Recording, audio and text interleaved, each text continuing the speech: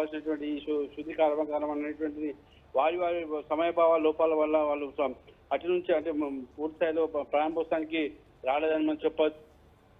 ప్రకారం ఎవరు కూడా మంత్రులు కూడా శుద్ధి కర్మాగారాన్ని రాలేదనే సమాచారం మనకి అంతా ఉంది. ఇందుకు సంబంధించి ఏదైతే వ్యర్థ జలాల శుద్ధి కర్మాగారాన్ని ప్రారంభోత్సవ కార్యక్రమానికి రావాల్సిన మంత్రులు మధ్య సమన్వయ లోపం ఉండడం వల్ల వాళ్ళు వెనుదిరిగినటువంటి తాజా సమాచారం మనకి అంతా ఉంది భవాని.